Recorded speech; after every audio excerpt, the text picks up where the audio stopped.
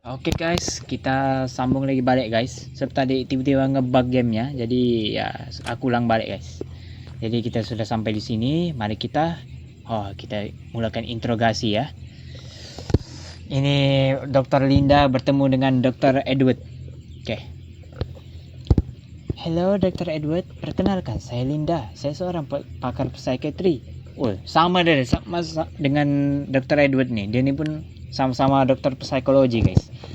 Saya datang ke sini atas arahan mahkamah untuk membuat penilaian kesehatan mental awak berkaitan kes yang sedang berjalan nih. Saya akan ajukan beberapa soalan berkaitan kes awak. Anda mempunyai hak untuk tidak menjawab sebarang soalan yang tidak ingin dijawab. Ada sebarang soalan setakat ini? Tiada. Sila mulakan Dr. Linda. Dr. Edward, seperti yang sedia maklum, Anda ditahan di sini kerana kes penyekapan kanak-kanak. Soalan pertama, apa hubungan awak dengan mangsa? Adakah dia darah daging awak sendiri? Bukan, dia bukan anak saya. Saya tak ada apa-apa hubungan dengan dia. Dia anak seorang... Siapa yang awak maksudkan dengan tu? Apa maksud awak? Adakah dia tu isteri atau pasangan awak atau sewaktu dengannya? Oh, awak ingat? Tu gelaran untuk perempuan yang buat saya marah sampai saya panggil dia macam tu. Bukan, yang saya maksudkan adalah perempuan pekerja jalanan. Okey, siapa dia? Awak kenal dia ke? Saya tak kenal dia. Saya cuma jumpa dia sekali saja. Wow. 7 tahun yang lalu, okey. Anak seorang kaki ini guys. Hello tampan, nak have fun ke? Ya Allah. Berapa? 150 ringgit saja, sayang. Allah. Apa reaksi Anda? Aku sebagai lelaki gentleman. Macam mana guys? Kalau kamu tiba-tiba kamu didatangi wanita seperti ini guys. Ini ya. Ini hal-hal begini nih ya aku tak mau terlampau sentuh guys, sebab sensitif terutama bagi kaum wanita guys, apalagi melibatkan agama ya. Undang-undang agama mana boleh yang begini nih, haram. Jadi aku buat rundingan. Kenapa aku setuju? Oh ya, tadi dia tawar $150, tapi aku minta tawar guys. Ya Allah, ini Dr. Edward rupanya dia pergi bermain dengan perempuan lah pula. Aduh, minta kurang guys, $100. Yalah, kita nak main dekat mana? Dalam kereta? Jangan, aku tak nak kereta ni kotor. Kita main dekat tempat kau saja. Ikut suka kau lah.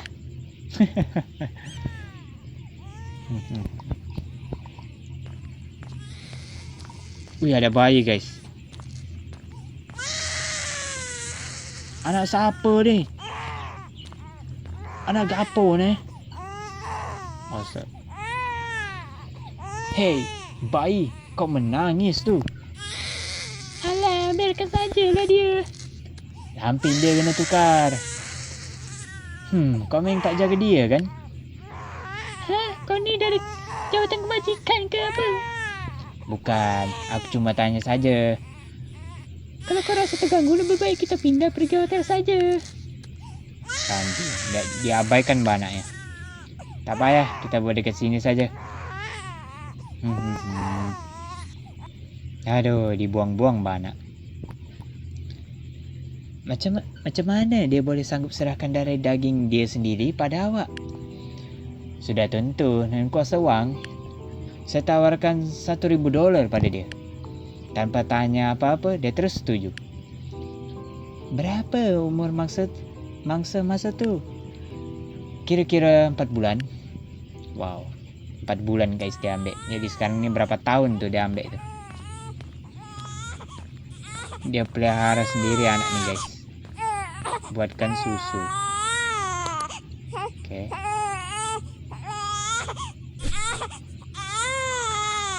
Ambil susu tepung. Oke.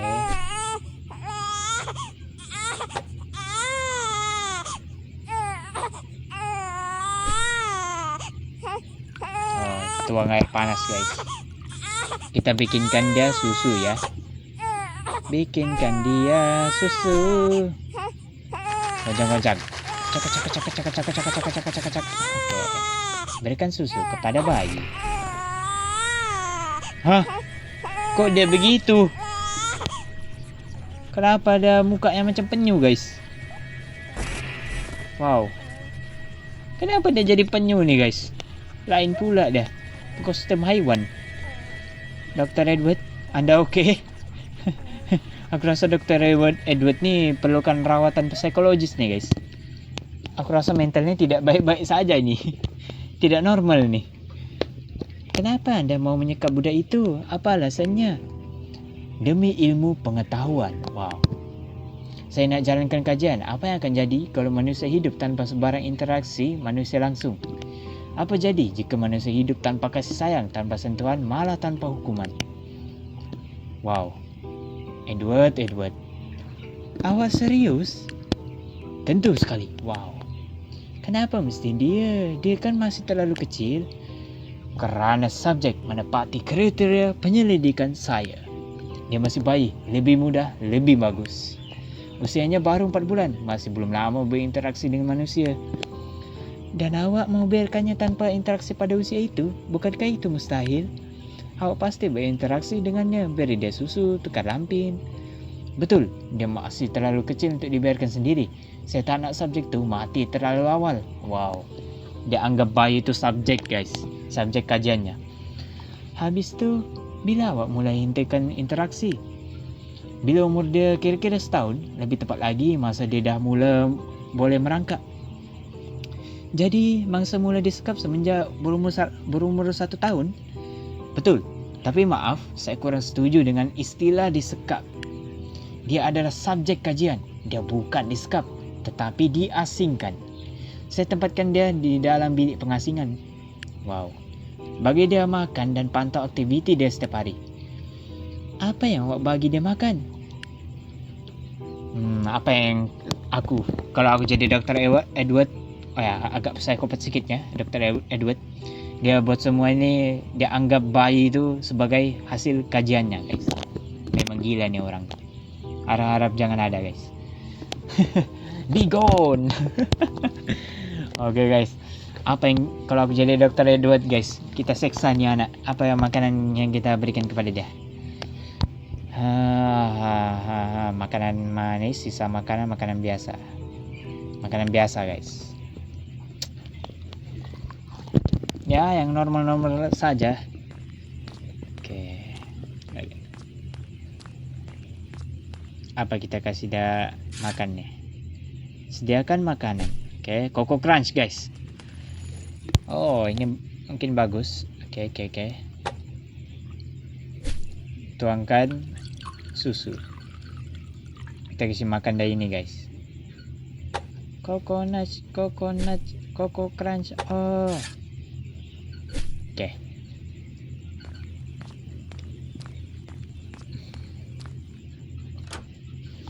Kita suap dia. Makan. Oke. Nak. Oh, nak. Makan, nak. Alamak, mau mencangkung lagi kita. Buka pintu kecil.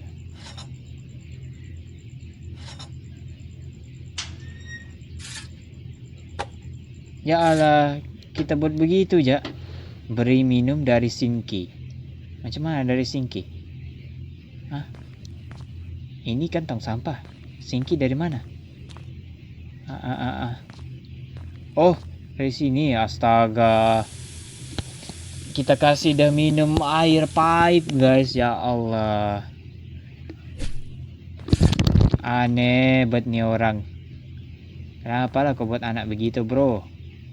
Dr. Edward. Mau jadi apa kau nih?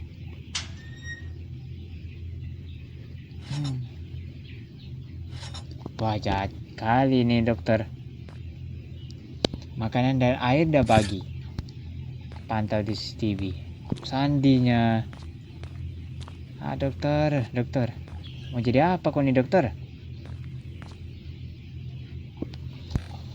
baru ditengok TV guys. Tengok keadaan anak itu seperti apa. Oh, kita jadi bayi guys. Macam mana nih? Wah, berjaya guys. Satu kali percobaan. Oke. Woi, aku pro mah. Oke, lagi. Cok. Wah, lagi. Kita mengengsot nih. Lagi, sedikit lagi. Merangkak. Come on. Ya. Oke. Satu kali lagi. Oh, enggak sudah guys. Tuh guys, disensor nih guys. Bukan berbaju nih guys. Tengok kalau aku tekan. No. Siannya.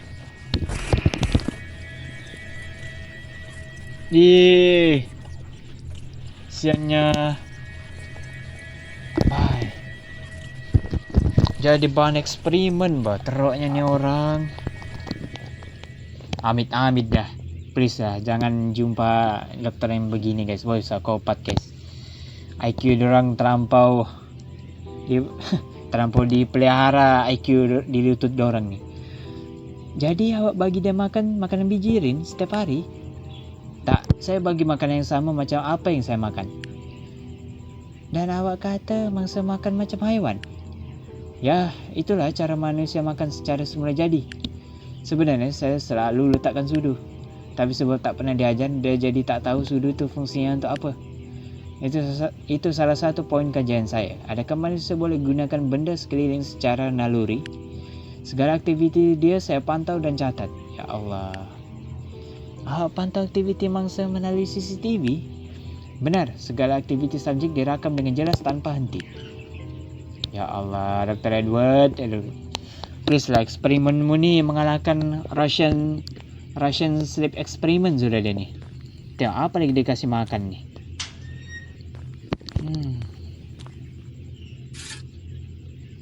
Cangkung. Buka pintunya. Nasib dijumpa oleh ahli bomba guys. Oke. Oh, tutup balik guys. Kita ndak kasih air kah? Kita kasih makan ya guys. Astaga. Ndak ada kita kasih air guys. Wah.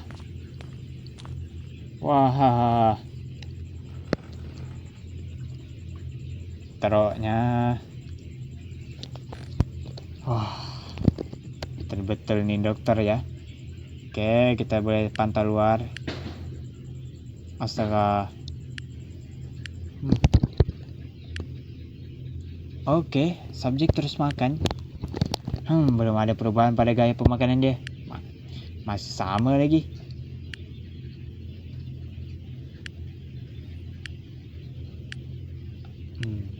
Apa yang kita mau tengok nih?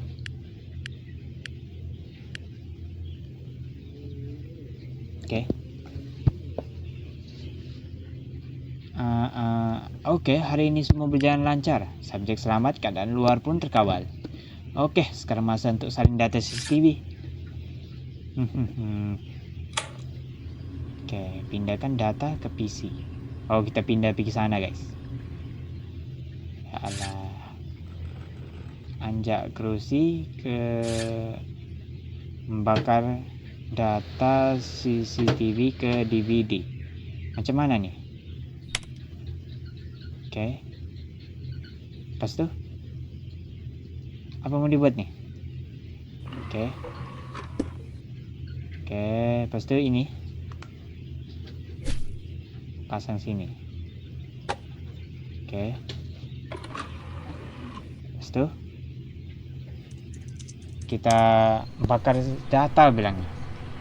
Membakar DVD. Oh, kita kasih masuk rakaman tu supaya kita boleh tengok di CD-nya guys. Jadi mana CD yang dia kumpul tu, itu banyak hasil eksperimennya nih guys.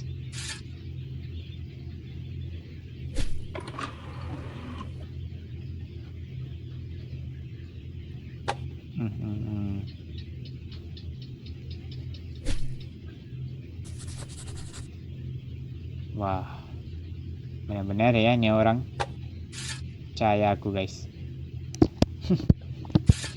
Oke, lepas itu apa kita mau buat nih? Bro, letak di rak. Astaga, rupanya ini dia punya hasil eksperimen guys. Banyak yang sudah ada guys eksperimennya. Bah, sakit nih orang. Betul-betul Dr. Edward nih. Awak simpan video CCTV mangsa dalam DVD untuk apa? Sudah tentu untuk dokumentasi kajian saya. Saya juga rasa puas bila tengok deretan DVD tu. Rasanya macam ada barang koleksi sendiri. Wah, psikopat. Bro, kalau kau begini bro, jangan payah kau jadi dokter bro. Merana pesakitmu bro. Awak kata ini kajian untuk ilmu pengetahuan. Siapa yang arahkan awak? Ada mana-mana pihak yang bagi dana ke? Saya bebas. Saya buat sendiri. Tak ada pihak lain yang terlibat. Habis tu, untuk apa awak buat semua ni? Apa motif awak? Macam yang saya dah cakap sebelum ni, untuk sains, saya betul-betul ingin tahu, boleh ke manusia hidup tanpa interaksi? Anda tidak perlu menyekap budak kecil untuk mendapatkan perkara itu. Awak boleh buat baca macam-macam buku dan jurnal untuk puaskan rasa ingin tahu awak. Saya selalu buat macam tu, tapi tak pernah rasa puas. Lagipun terdapat jurnal yang bercanggah dengan apa yang saya dapati di sini. Dengan mendedahkan fakta baru ini, saya yakin saya di landasan yang betul. Wah, pegangan sesat ini. Ini alasan yang sangat tak masuk akal. Tolong cakap perkara yang betul. Adakah awak sebenarnya buat human trafficking, jual budak atau jual organ? Atau awak jual video mangsa dekat internet untuk tontonan?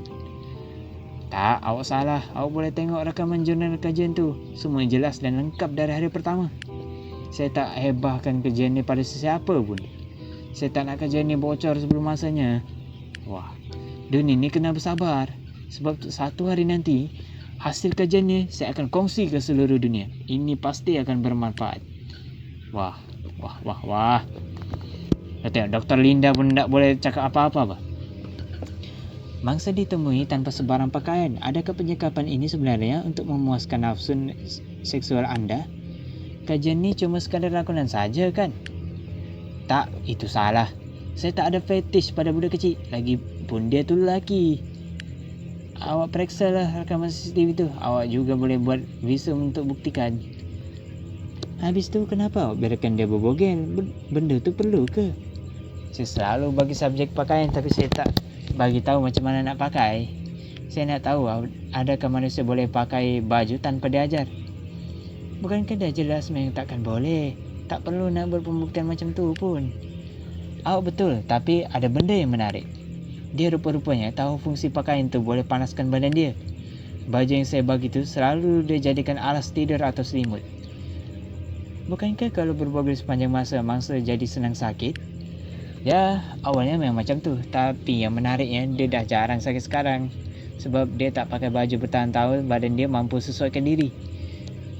Tak, itu tak betul. Tak mungkin benda tu boleh jadi. Tengok, itu salah satu informasi berharga yang kita dapat dalam kajian ni. Rakaman medik dia ada. Kesihatan subjek sentiasa dalam pantauan saya. Wow. Jadi dia anggap manusia ni guys, dia walaupun kita tinggal di zon sejuk atau zon panas, kita punya tubuh badan ni boleh sesuaikan dengan suhu persekitaran guys. Itulah yang pertama, memang kita sakit guys.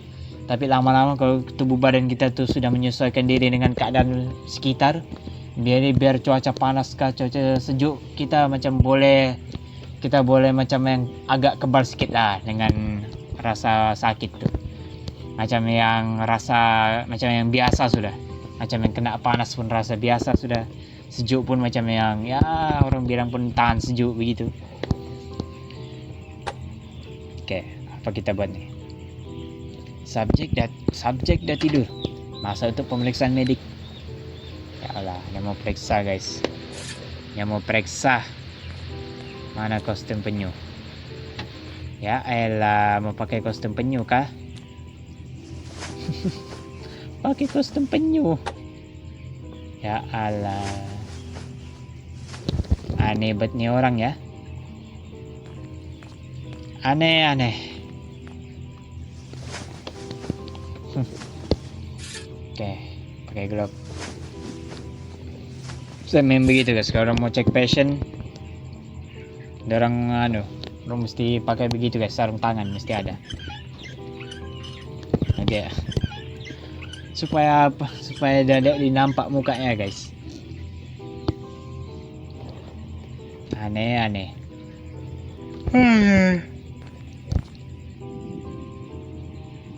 Berapa passwordmu pak?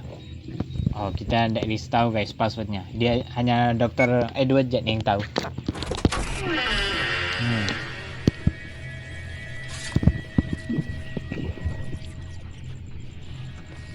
Oke.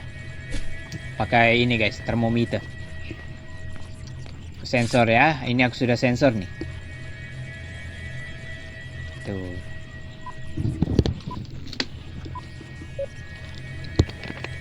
Hmm. 36 derajat Celcius. Ya Allah. Hypotermia normal, hypotermia.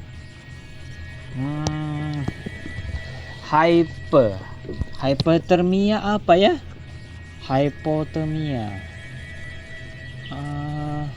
Sekarang nih panas suhunya, suhu badannya nih guys, tinggi nih. Apa ya? Hypertermia. Aku takut pula hyper nih, takut yang mana satu rendah suhunya nih ya. Aku mau pilih yang tinggi suhunya guys. Hyper kah atau hypo? Hypo bah, rasa hypotermia nih. Ukur tekanan darah subjek dengan stetoskop dan meter tekanan darah. Oke. Kita simpan balik ini. Nah guys, mana tuh? Ini kah?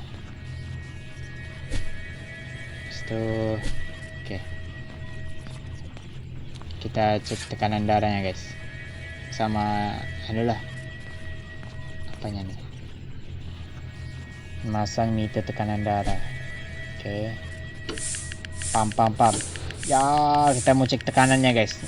Tekanan darah tingginya nih, kita mau tengok. Tekanan darah dia 105/67. Aduh, apalagi hipotensi normal, hipertensi. 105 nih guys, untuk kanak-kanak 6 tahun bahaya nih guys, hipotensi nih. Menanggalkan meter tekanan darah. Harap-harap lah betul guys. Aku lupa guys, hypertermia sama hypo sama hyper. Itu aku ndak. Subjek perlukan suntikan paracetamol. Ya, demam dia tuh. Yang mesti perlukan itu tuh. Aku mana? Mana obatnya nih? Oke. Buka bungkus. Oke.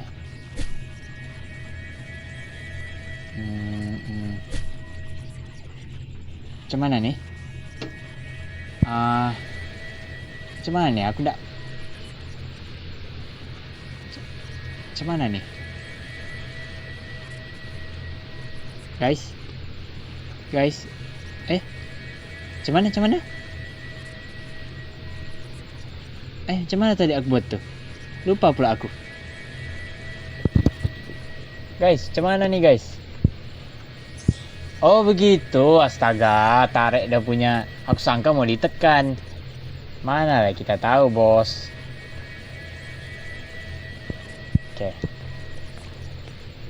Oke, sudah kita suntik dia kan? Kita suntik dia. Suntik sama dia. Sampai demam guys, tinggi suhunya.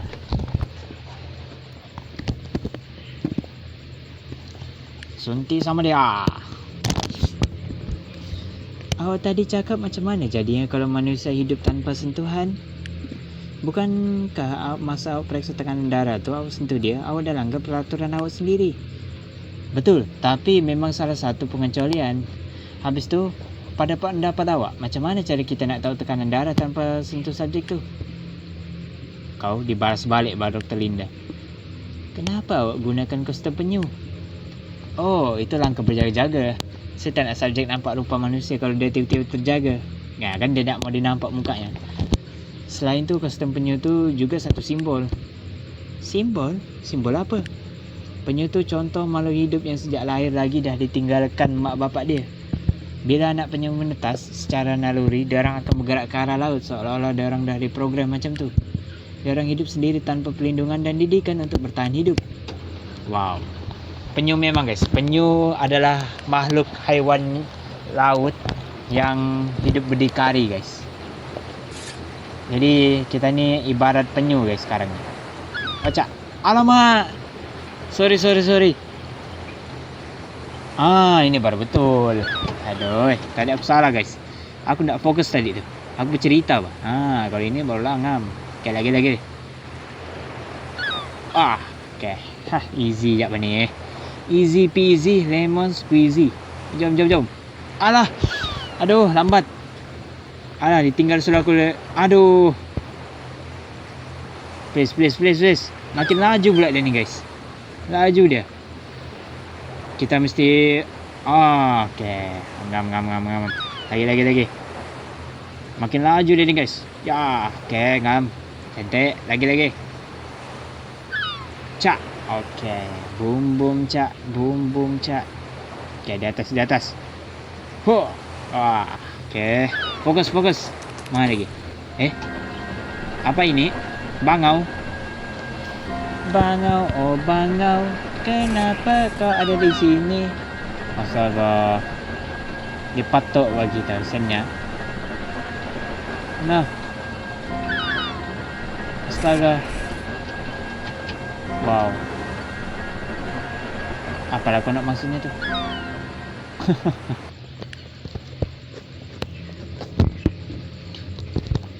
Saya betul-betul ingin tahu macam mana rupa manusia hidup dengan naluri semula jadi dia. Awak tak boleh buat macam tu. Dah jelas manusia dengan penyu tu beza. Naluri nak bertahan hidup pun sangat berbeza. Betul saya Edward. Bodoh ya dah. Kita takkan tahu faktanya selagi tak buktikan sendiri. Awak memang lain mangsa macam haiwan. Sampai kaki mangsa pun awak rantai. Oh, itu sebab subjek selalu duduk depan pintu. Dia selalu pukul-pukul pintu kecil tu. Saya rantai dia supaya dia tak boleh sampai dekat pintu tu lagi. Saya rantai dia masa subjek tengah tidur. Bila dia bangun, dia meronta-ronta kuat. Dia bergerak sana sini dengan liar. Sampai dia hampir tercekik rantai tu. Awak terus tolong dia? Tak, saya cuma pantau melalui CCTV saja. Kalau dia betul-betul tercekik, baru saya datang. Tapi jangan risau, dia boleh lepaskan diri sendiri. Lama-kelamaan subjek boleh sesuaikan diri dengan rantai tu. Macam anjing yang dia biasa dengan tali pengikat dia. Wow. Dianggapnya macam haiwan guys. Tak si Linda. Dr. Linda ni. Tak boleh berkata apa-apa bah. Wow. Dr. Edwardnya ni dia nalar guys. Rasa macam saya kena tangguh sekejap soal siasat ni. Nota saya tertinggal. Okay. Bercakap dengan Jordan. Mana Jordan? Dr. Jordan. Memang Dr. Edward ni tak boleh diselamatkan ni. Dia psikopat another level punya ni. Another level psikopatnya ni. Awak okey tak ni? Kepala saya pening sangat. Rasa macam nak meletup.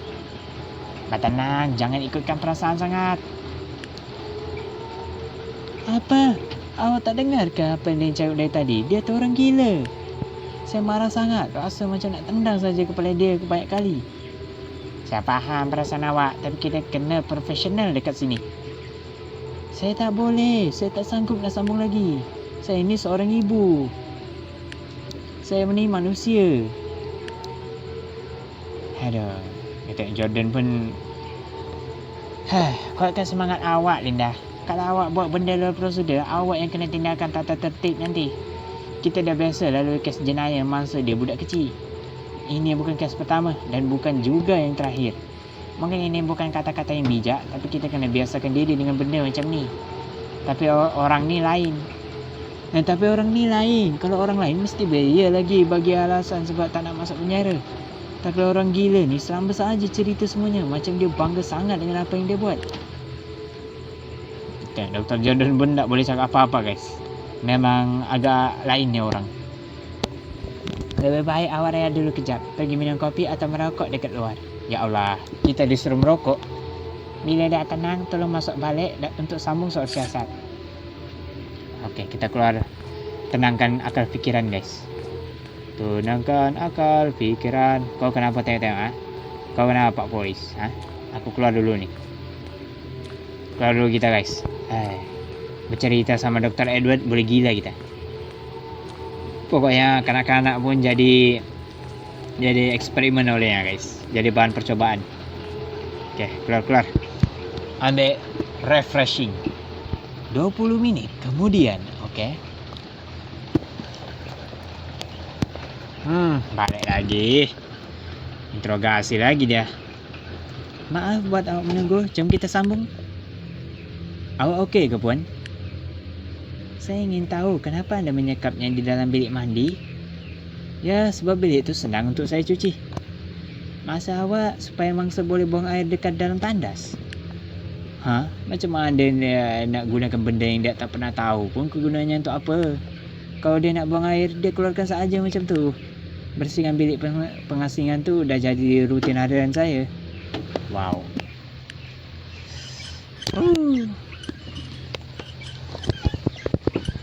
Aduh, Dr. Edward. Segila apa percobaanmu ini tahu? Oke, apa kita mau buat nih? Ini kita oke.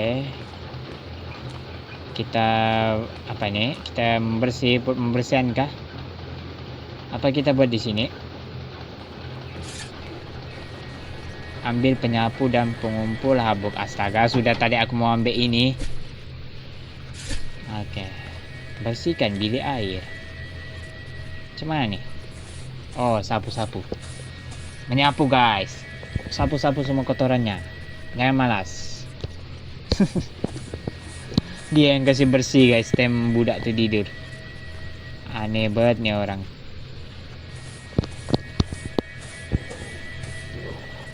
Bersih, jangan tak bersih-bersih. Tidur nih anak. Sapu. Mana ada kotoran semua. Mana mau disapu lagi nih? Ini mau disapu kah? Nih budak nih. Oke. Sapu. Oke, sebersih. Oke. Bersihkan bilik air. Kosongkan pengumpul habuk ke dalam tong sampah. Oke. Tong sampah. Jadi kerja pembersihan rumah pula kita ya. Suka-sukanya lah. Yang paling ikut kerajinan. Ambil cadar kotor di katil. Oke, ini kah? Menanggalkan cadar. Oke. Masukkan ke dalam bakul. Masukkan ambil cadar bersih di almari. Yang almari mana maksudmu? Almari mana? Ini kah?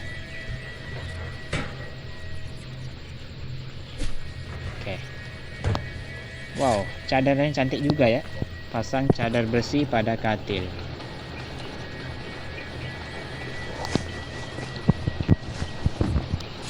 Aduh, ambil pakaian kotor dan letak ke dalam bakul. Mana lagi? Oh, simpan dulu guys. Simpan dalam sini. Oke.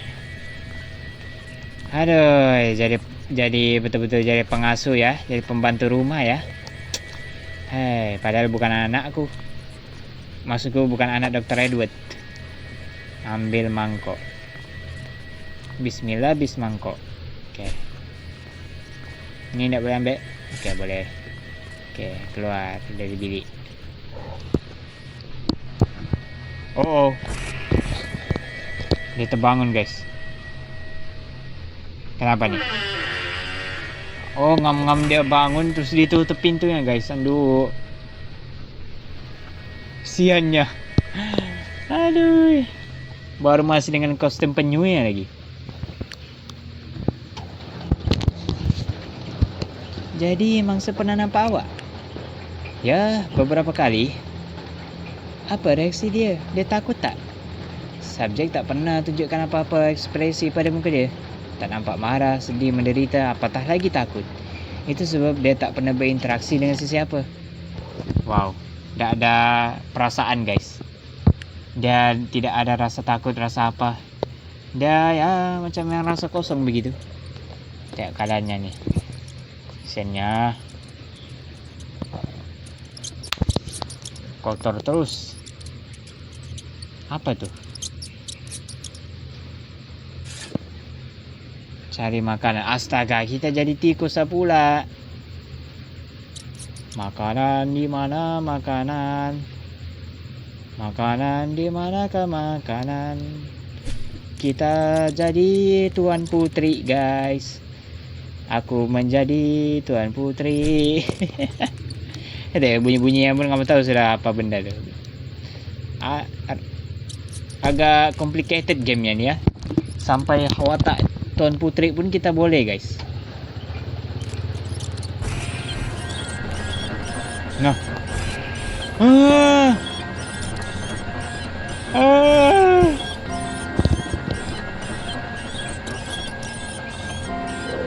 Diambil baru. Astaga.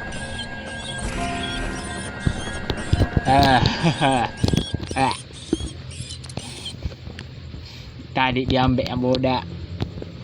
Pada mulanya saya fikir subjek akan makan tikus itu. Saya tidak menyangka dia sebaliknya memeluknya. Oh, dia peluk. Astaga. Itu kali pertama saya nampak dia tersenyum. Nampaknya dia rasa gembira. Tikus itu jadi makhluk pertama yang berinteraksi dengan dia. Oh, bukan dia makan guys, dia peluk. Jadi kawan pertama dan yang terakhir buat dia. Terakhir? Tikus itu haiwan yang bahaya. Dia boleh bawa bakteri yang membunuh, penyakit hawar, leptospirosis, tifus dan macam-macam lagi. Saya tak nak subjek saya mati cepat sangat. Saya kena hapuskan perosak tu. Wow, dibunuhnya tikus tu. Padahal tikus tu yang membuatkan dia happy guys. Betul ya. Apa yang kamu buat lagi ni doktor? Akhirnya subjek dah tidur. Ubat tidur yang saya campur dalam makanan dia dah berkesan. Masa untuk hapuskan perosak. Wow. Dia membunuh tu tikus. Mana nih? Come on, yang ini saya setuju nih. Pakai kostum dulu. Mana dulu? Ini dulu, pakai dulu ini. Agak ribet juga jadi Dr. Edward nih.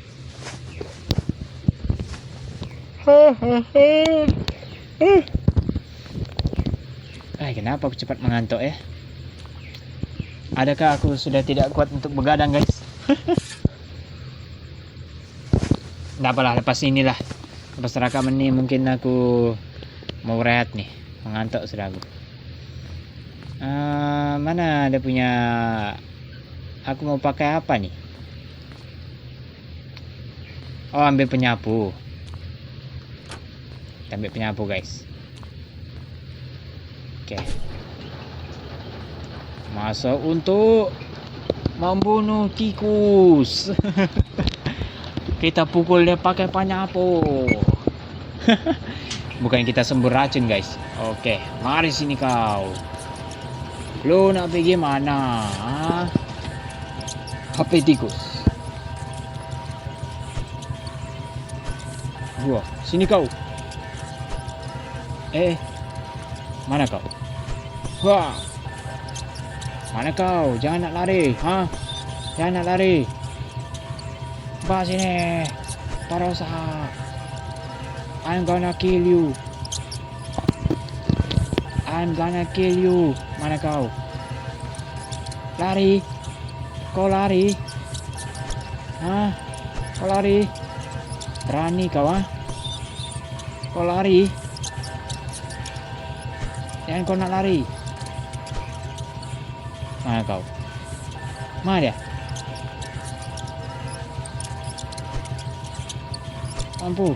Mampu ya. Ya Allah, susah yang mau bunuh dia pakai penyapu nih.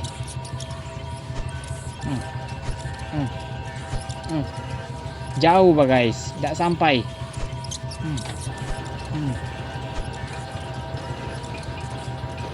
Lu nak lari mana? Lu nak lari mana?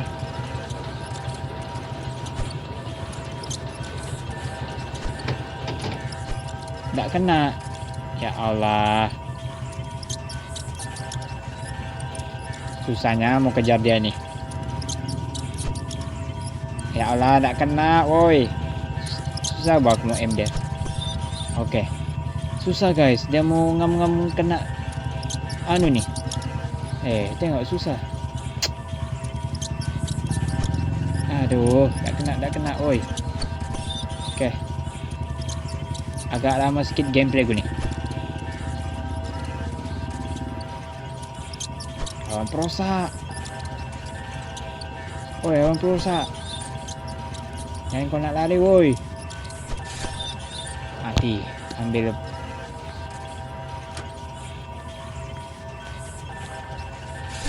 Hei. Kau jangan kau berinteraksi dengan anak itu. Dia itu adalah hasil kajianku. Dasar lu ya.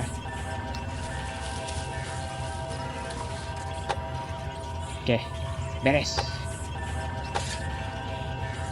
Bagi saluran air lantai. Oh, kita tutup guys supaya macam tak ada lagi masuk. Tutup nih. Kacau. Ini tutup. Guys, bungkus tiket situ. Bungkus dia. Kita buang dah. Kita buang sama dia. Oke.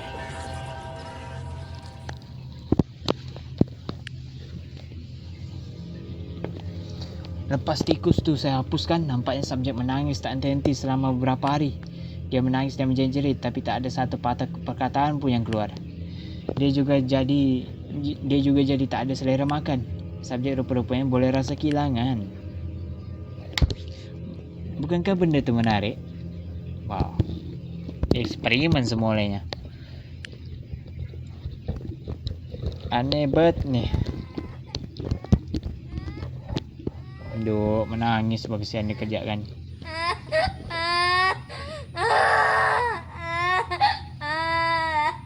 Selama ini dianggap tikus itu kawannya.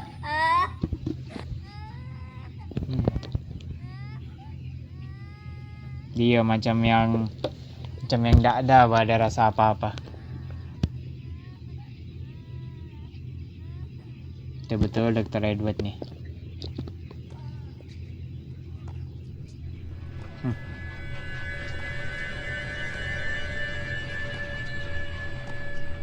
Ini kali Dr. Edward nih. Woi, menengok permainan tenis dah guys. Sukan tenis. Itu psikopat nih. Tengok makan pizza lagi. Minum bir. Ya Allah. Tak ditaunya budak di basement tu menangis macam orang gila sudah gara-gara dia. Sudah tak boleh bercakap guys.